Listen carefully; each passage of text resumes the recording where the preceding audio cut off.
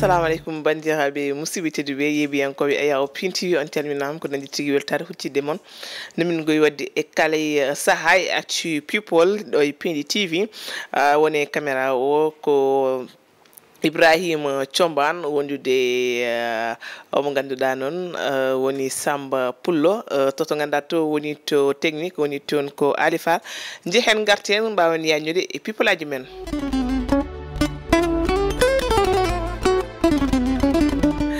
Tigi ne jeeya hande kamin joguiɗi yewtude so tawno ko ceeral hakkude Samba Sine Kouthia e UGFM ngal dewgal wattama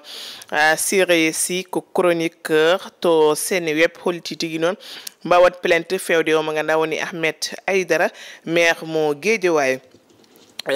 ko o mo ganduɗa noon woni Diawo Balde Keita international Sénégal najo ko braɗo suspende woni noon ko jowaɗo ɗo e lebbima min gar e holko saabi ɗum alhaali Sittor Ndour arti avocat ji mum min gartu hen joni joni wonata janñen.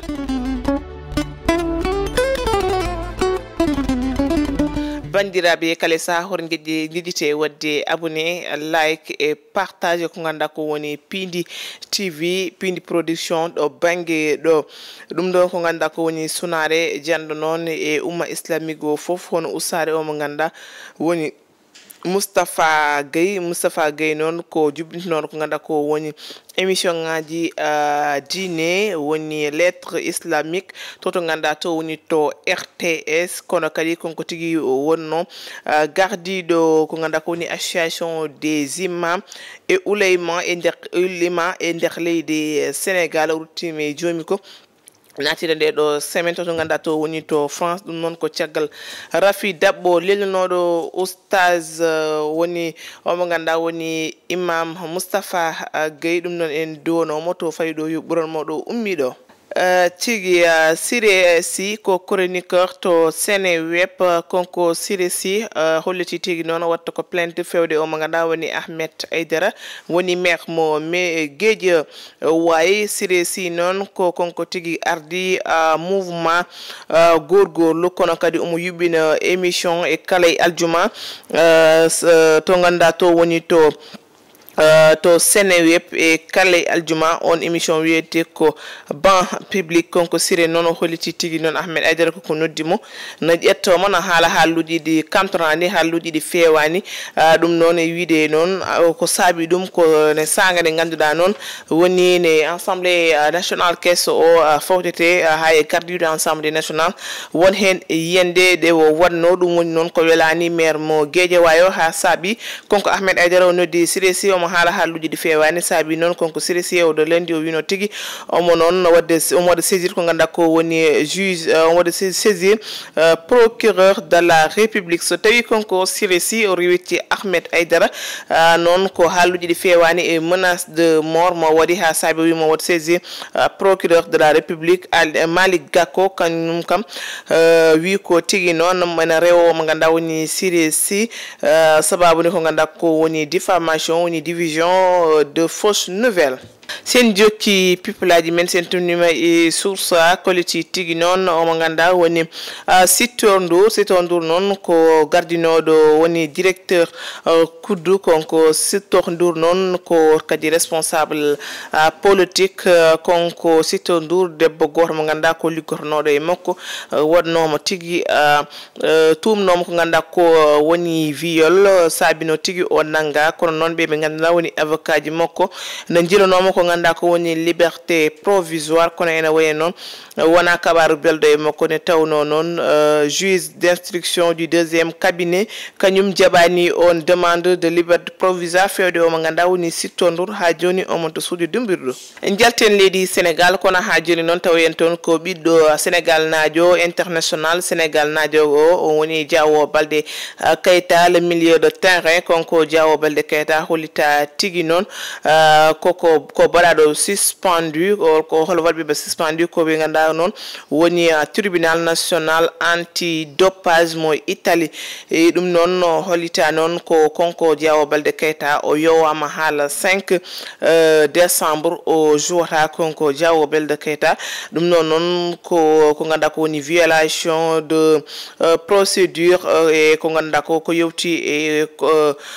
contrôle anti dopage maɓe mbaɗanno e oɗo weekend tigi noon tiska wonde konko Diawo Baldé Keita waɗama suspendu kono noon ɗum woni ko yarate ata e nder leydi Sénégal woni hen wiyoɓe mbete ɗum no wawi wonde e holko saabi ɗum e holko pusis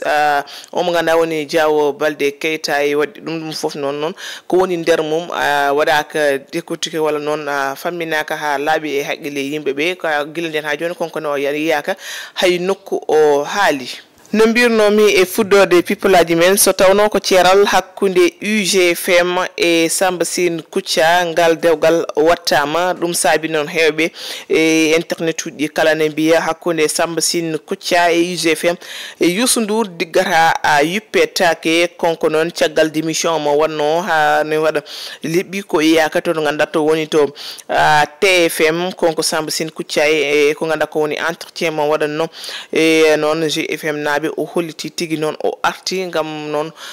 gollade konko Samba Sine Kouthia noon omo andina bandiraɓe ala mo wadduno e TFM wona duko wona kareli wona kadi mise à pied mo waɗa walla mise en point mo waɗa kono noon ko konko tan ƴewno yiyande mo ko woni noon ko yino hawo dartini ko konko tigi ƴewti kadi o arti kadi e golle makko kono e wiide makko noon hakkunde makko e Youssou Ndour wona noon ko ganduɗa ko balɗe ɗiɗi ko balɗe tati kono noon ko duuɓi e kitali saabu noon ko guila 89 e wiide noon konko Youssou Ndour ala taɓe jaarani ala kaɓe mbaɗɗani ɗum noon way kono tan hakkunde makko e GFM so tawno ɓe mbaddi duuɓi 14 ko hakkunde tan ɓiɗɗo tan e jinnaɗo mum saabu e wiide makko konko Samba Sine Kouthia mo jeeyade membre fondateur de GFM gila wona tan kalis kono noon wona noon wiide kalis kono noon doole makko e ko ganduɗa ko woni golle makko te noon konko Youssou Ndour e kala saaha ko wonno hakkude maɓe haydara bonani hen ko yiyande tan mo wonno o yeehi o datti kadi o arti kono noon wiide e ballal ɓe ganduɗa noon woni appel aji ƴeewo heɓanno e kala saaha e yimɓe guila responsable uji heɓtinaɓe e nder leydi Sénégal ha ɓe ganduɗa noon ko neɗɗo yimɓe mawɓe e nder diine leydi Sénégal ha noon eɓe ganduɗa ni woni rafaɓe e kala saaha no noddannoma konko Samba Sine Kouthia gam noon o wawa ruttade to ganduɗa to woni to GFM e wiide makko noon koko ganduɗa ko woni gokko yimɓe kebnoy ko ganduɗa ko woni émission mo yuɓintuno toon ko konko Samba Sine Kouthia e wiide makko noon ko dañi to ganduɗa to woni to GFM no famdi dañde ɗum toon e tawno konko tan hokka o ƴetta neɗɗo boowal o adda ɗum toon ha noon hollita ko ganduɗa ko woni mbako mum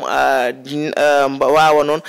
noon waɗide recruté kono noon kadi ko heewi e wiide makko noon konko hokka e kala hitande walla timmata hitande mawde ko ganduɗa ko woni anniversaire aji makko omo hokke ko ganduɗa ko woni kalisaji e goɗɗum o wiyo subaka hanangue muto o ñalton ko wadde désordre kono aɓe jaɓanimo ɗum no hakkude makko e FM ko famille ɗum noon ko ɗum tigi Samba Sine Kouthia holliti kono noon internet uji kala noon